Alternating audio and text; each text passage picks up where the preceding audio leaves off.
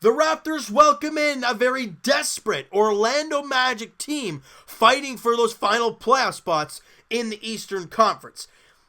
But the Raptors, after a rough first quarter, come to play, win the second and third quarter by a size of a margin of each, and are able to hang on for dear life at the end because the bench didn't really hang on.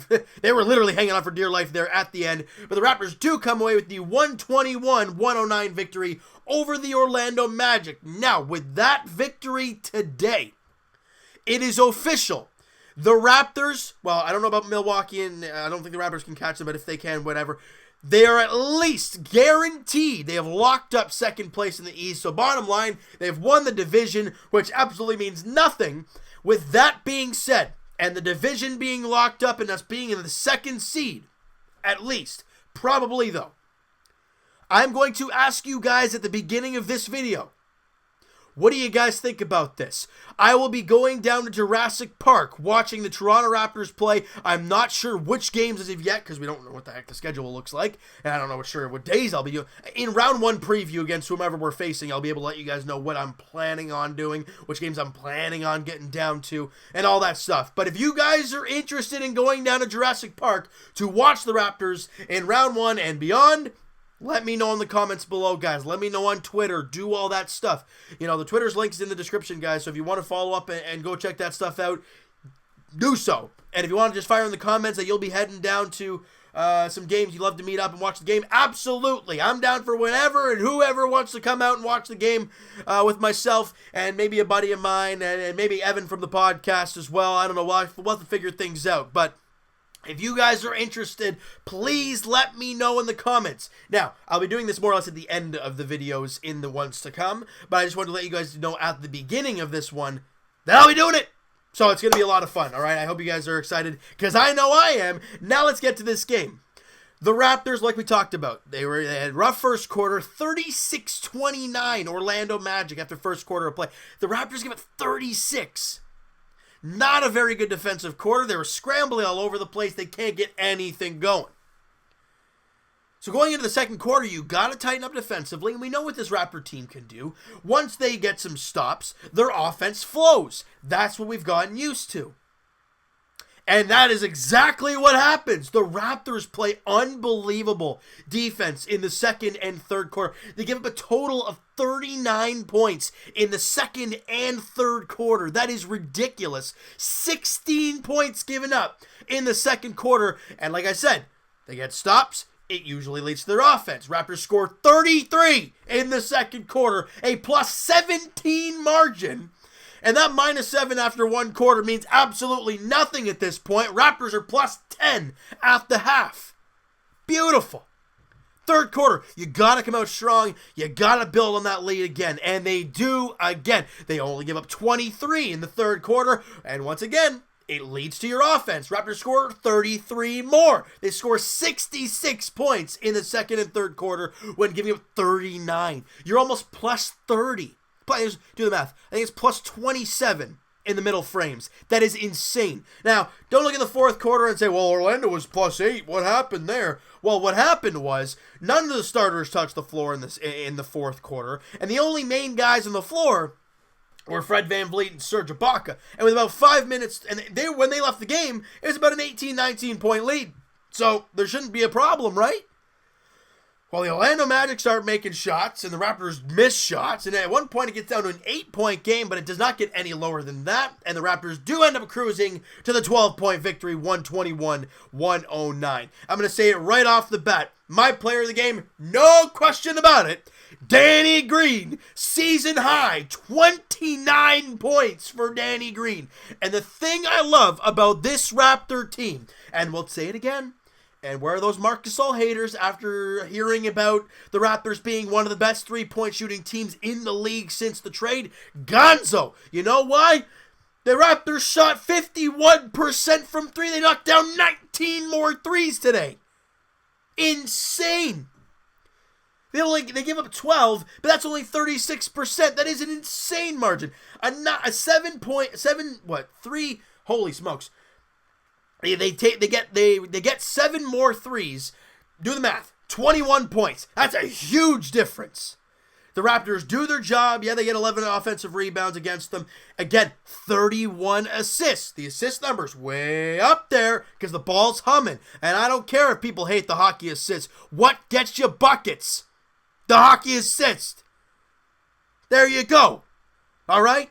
Yeah, it doesn't look pretty on a score sheet, but if we're just looking at stats here, well, I want JV back. But if I'm looking at the way the NBA works now, and the way we've been preaching about this Raptor team for so long, what have we been talking about for the last few years? This team needs 3-point shooting. Well, maybe they didn't. Maybe they just needed better ball movement and getting wide open looks and knocking down their shots. And Marc Gasol has been an amazing impact in the team. And today, he sprinkles in 13 points, 4 boards, 4 dimes on 4 of 8 shooting, 2 of 3 from 3, and a plus 24 on the floor. Thank you very much, Marc Gasol. Now, like I said earlier, the thing I love about this Raptor team, Pascal Siakam had an off night. He had 6 points on 2 of 9 shooting. He didn't shoot the ball that well. Jonathan, I got to give Isaac a lot of credit. That guy played amazing defense against him. So what does he do? What does Pascal Siakam do once he learns that his shot's not falling today? He finds the open man. Siakam had 4 assists in the game. And when he starts moving the ball, I mean, my God, he only had 6 points. So you need the next man up. Lowry, he gave you 12. It's okay. He only played 27 minutes. He shot 3 of 6. And he was 3 of 6 from 3. He gave you 3 steals and a block. He was a plus 19. He played great. 6 rebounds and 7 assists as well. You know, Kawhi Leonard only had 15 points, but he had 7 rebounds and 5 assists for Kawhi Leonard on 5 of 12 shooting, 1 of 3. And look what's happened, guys. Since the Marc Gasol trade, Kawhi Leonard's assist numbers are going up. You know why? The hockey assist. Marc Gasol kicks to Kawhi Leonard, who kicks it to Danny Green. Now he's wide open, knocks down the shot. It's a huge impact. People hate the hockey assist because it doesn't show up on stats. But if it ends up in win columns, it doesn't matter. And to see 6 guys, I think it's 6 guys in double figures for the Toronto Raptors. Kawhi Leonard with 15, Marc Gasol with 13. Danny Green, we already talked about 29, 11 of 15 from the field, 7 of 10 from 3. And yeah, he sprinkled in 2 steals and 3 blocks. Danny Green is something else. I mean, we all talk about re-signing Kawhi Leonard. Can we kind of keep Danny Green as well, please? That'd be great. Masai, get it done. You know, Fred VanVleet had 10.7 assists off the bench with 3 of 6 shooting. Beautiful. Serge Ibaka gave you 15 points, 6 boards, 7 of 10 shooting off the bench. Beautiful. Norman Powell, 7 points on 3 of 6 shooting off the bench. Beautiful. 2 guys in double figures off the bench. You see how a fully healthy Raptor team looks? Your starters are unreal, and then you throw Freddie and Serge on the bench, and they're just playing like studs. I don't care if you're playing Orlando. I don't care if you're playing the Knicks. This Raptor team is damn good. And look, now that we've pretty much locked up the 2nd seed, I mean, there's what, 4 games left? You know, against 3 teams who are battling for playoff spots, and then you got Minnesota. These are going to be grinds of games, people, because my goodness, we just want to watch the playoffs now. Don't you agree? This Raptor team is something else. They played amazing basketball again today. How many turnovers do they have? I think it was 14.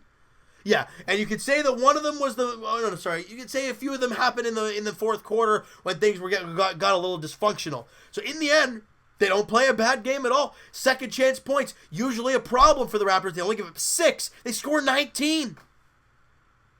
They were amazing tonight. Past the 1st quarter, the Raptors were fantastic. And I loved what we saw tonight by the Raps. The next game is on Wednesday in Brooklyn. Another possible first-round matchup in Brooklyn. 7:30 tip-off there. All right, the Raptors look for their 5th straight victory. And they look to continue to hurt people's playoff hopes because the Brooklyn Nets, with their loss today, let's check this baby out here. So Orlando's out. Brooklyn is right now in the 6th seed. So Raptor fans, we'd be facing Detroit right now if it all started today. Actually, no, we wouldn't, because that loss by Brooklyn would drop them down to the 7th seed, and they'd be 39-39, and Detroit's 39-38. So there we go. Right now, it would be Detroit 6, Brooklyn 7, Miami 8. And Orlando 9. And then Charlotte's kind of died off now, lost 2 straight, and they're kind of fizzled out now. with being now, where is it, 2.5 games back with probably like 4 games to go. It's not going to be easy the rest of the way for the Charlotte Hornets because Raptors do play them one more time to end the season, all right? So you know what, guys? That is going to do it for this one. You guys enjoyed this video, and you guys enjoyed the game again today. The Leafs win, the Raptors win, the Jays almost win. I mean, that was a tight one. Pretty good night for Toronto sports, if you ask me. Because for Jays fans, we're just looking at positives this year, and past the 7th inning, I'd say there was pretty good positives. So we'll be talking about that in a little bit here. All right, so guys, hit that like button if you guys enjoyed this one. Hit the subscribe button if you guys have not already. Comment down below, guys. What'd you think of the game? What'd you think of the video? Who's your MVP? I think we can all say who our MVP was. It was all Danny Green.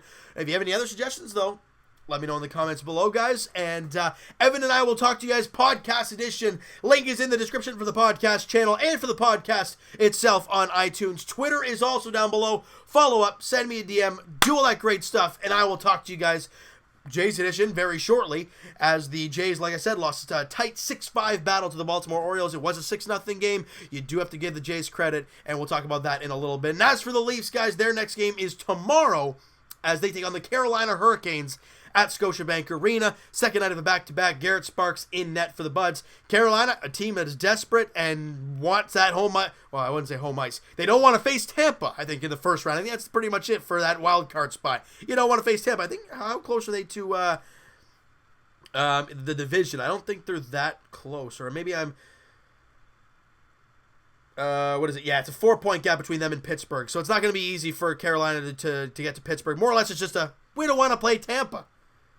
Now, the Leafs want to squander that and get another win and get a back-to-back and get 4 points out of it. Oh, that'd be beautiful. All right, they play tomorrow night, like I said, against the Carolina Hurricanes. And as for the Raptors, guys, like we've been talking about, their next contest is Wednesday night as they head to Brooklyn to take on the Nets. 7:30 tip-off. Once again, a possible first-round matchup there on Wednesday night. The next, 3 games are possible first-round match. I think maybe not Charlotte now, but you guys know what I'm talking about. The next 2, I guess. All right, for the Toronto Raptors, starting on Wednesday against Brooklyn. All right, so thank you guys so much for listening and watching. I hope you guys enjoyed this video. We'll talk to you guys then.